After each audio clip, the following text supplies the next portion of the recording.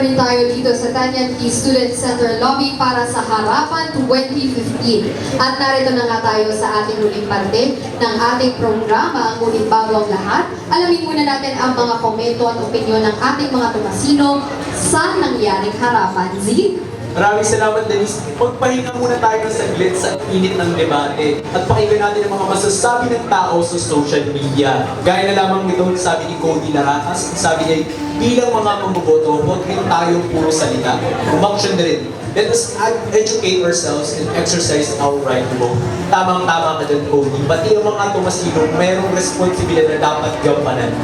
At ang sabi na rin ni Pauline Ramo, ang sabi niya, you have to get to know the candidates and the candidates should find an avenue to make themselves and their platforms known. Ang isang matagumpay na eleksyon ay sa pamamagitan ng interaksyon ng dalawang panig.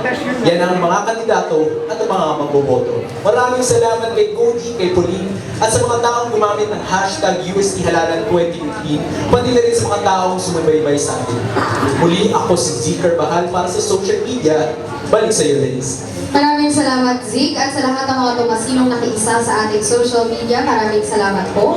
Ngunit patuloy niyo pa rin ipadala sa amin ang inyong komento at opinion at itag lamang ang @TongkatUST at @UST-Comelec at gamitin ang ating official hashtag na #USTHalalan2015.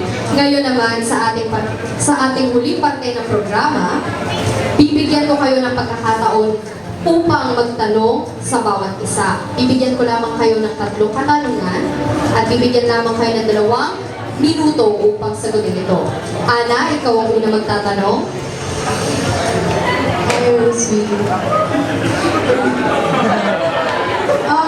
On a physical aspect, sino mas maganda sa atin? Okay. Maraming salamat, Ana. Yun na ba talaga? Final question? Okay. Rose V. On the physical aspect, sino ang mas maganda sa inyo ni Ana? Okay, if you would ask me, and if you would ask my family, of course, they'll support me and will tell me na mas maganda ako. So, but we can ask people to decide if we want to. Okay, balita ko tapos na yung TYAA nung last Wednesday. Oh. Bakit meron pa rin tayo dito pala? Okay. Okay, balik po tayo. Halalan pa rin po ito mga tumasino at hindi TYAA 2015. Okay. Follow-up question. Oh. Baka naman i-rate mo na yung kaputian ngayon. Sige. Let's have your question. Second question. Sa tingin ko din kasi, honestly, ikaw talaga. On a physical aspect. Pero, do you think Tomasians are mature enough na bumoto beyond beauty and popularity? Yes. Okay. Yes lang ang sagot mo doon. Yes, of course, na sinabi ko yun na I do believe na kahit ano sa tingin ng tao na popularity contest and all that, I believe personally na Tomasian students are really wise voters. Okay. Rose B, ano naman ang iyong katanungan para kay Ana?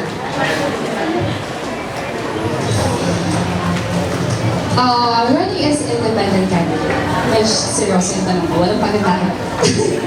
So, what is your political idealism? So, Ana? From the spectrum of political idealism. Okay, Ana, 2 minuto. Go. Na running as independent, na dapat open tayo sa kahit na anong mangyari, na hindi dapat tayo nagpapa-apekto sa kung ano may sasabihin ng iba. Kasi kung magpapa-apekto tayo, pwede tayo ma-down, or pwede din tayo ma-uplift. Pero we should always stay dun sa kung ano ba talaga yung pinaglalaban natin. And that is, for me, yung students. Thank you. So, if I would just like to add, yung political idealism, it would only be limited, like for example, we have social democracy, we have liberalism and communism.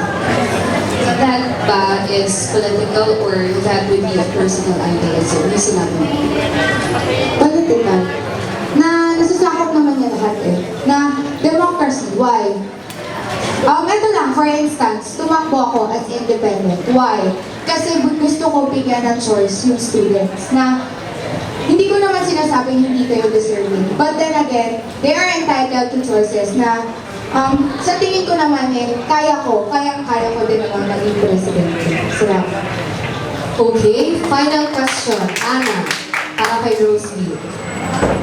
Nung naging CSC secretary ka, what have you contributed that made a significant change in the university? Na masasabi mo karapat-dapat ka tumakbo ng president? Gaya nga ng sinabi ko, beyond projects, let's not look about it. Pero, i-maximize natin kung more than, ilagyan natin ng bigger picture. Gaya ng sinabi ko, what I can say na nilive ko sa CNC is that I inspire people na kaya din mag-lead, na nakikita ko sila na may mga kanya silang organizations na sinasamahan, nagiging active participants sila sa ganun. And in that way, nakukontinue mo eh. Hindi lang ikaw, pero dumadami kayo na leaders na nagsiserve ka. Ayun. Okay, Rosie, final question para kay Ana. Sa tingin mo ba, maganda lang ako? Yes. Wait! Maganda, not only physically, pero syempre, hindi kasi big po yung question, maganda in what aspect? So, as a general rule, maganda ka, not only physically. Okay, yun po. Okay. Pakibaba yung sash. Biro lang. Kanina nag-iingat na tayo. So ngayon, maganda na sana at the end of the day, you'll still be friends. Kasi yun naman ang pinaka-importante dyan. Magtulungan kayo kung sino man ang manalo. Magtulungan kayo kung sino man.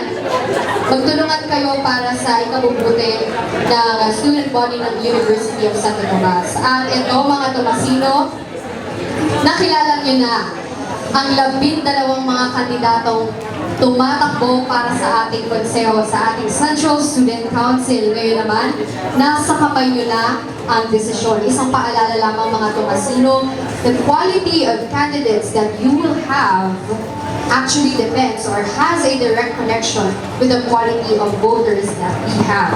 Kaya naman kung gusto mo ng pagbabago, ang pagbabago ay magsisimula sa iyo.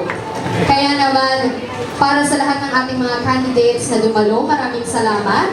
Sa ating mga Tomasino na nakiisa sa ating social media, ipagpatuloy lamang ang inyong pag-tweet at pagbibigay sa amin ng inyong opinion at komento. At gamitin lamang ang hashtag na hashtag UST Halalan 2015. Ngunit mga Tomasino, hindi pa dyan nagtatapos ang lahat. Abangan ang ating Tagisan 2015, the Central Student Council meeting the Avance sa April 14, 5 p.m. to 9 p.m. sa UST Plaza Mayor. At ganun din ang ating Proklamasyon 2015. The UST Central Student Council Live Proclamation na magaganap sa UST Plaza Mayor, April 17, 3 p.m.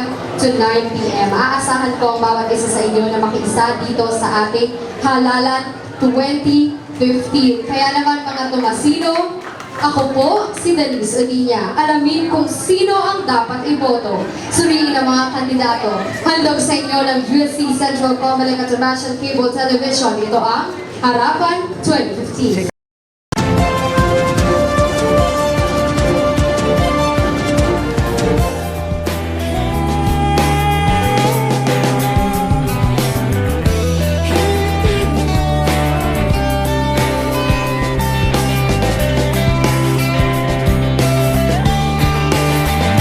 Simula ng pag-unawa, simula ng pag-alala, simula ng pagbabago.